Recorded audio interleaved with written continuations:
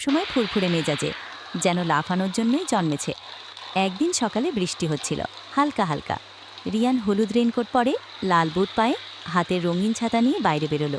পুইও লাফাতে লাফাতে তার সঙ্গে বেরোলো। কাদার ওপর টপ টপ করে বৃষ্টির ফোঁটা পড়ছিল। তারা খুশিতে ছপছপ করে হাঁটছিল। হঠাৎ রিয়ানের চোখে পড়ল গ্রামের পুরনো কাঠে একটি মানচিত্র বের করে। সেই মানচিত্রটি কোনো সাধারণ মানচিত্র নয়, বরং একটি জাদুর বাক্স খুঁজে বের করার পথনির্দেশিকা। মানচিত্রের উপরে লাল কালিতে একটি বড় বৃত্ত আঁকা, যার চারপাশে পাহাড়, নদী এবং গাছের চিহ্ন রয়েছে। বৃত্তের ঠিক মাঝখানে লেখা জাদুর বাক্স।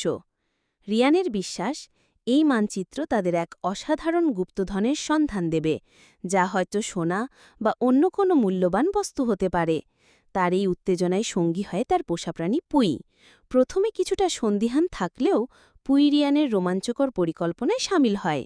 প্রথমে রিয়ান পরের দিন ভোরে অভিযানে বের হওয়ার কথা ভাবলেও পরে সিদ্ধান্ত পরিবর্তন করে এবং সেদিন রাতেই যাত্রা শুরু করার সিদ্ধান্ত নেয়।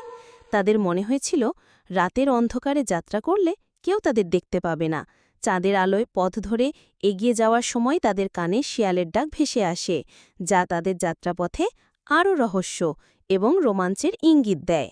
গল্পটি একটি রোমাঞ্চকর অভিযানের সূচনা করে, যেখানে রিয়ান এবং পুই এক অজানা বিপদের দিকে এগিয়ে যায়।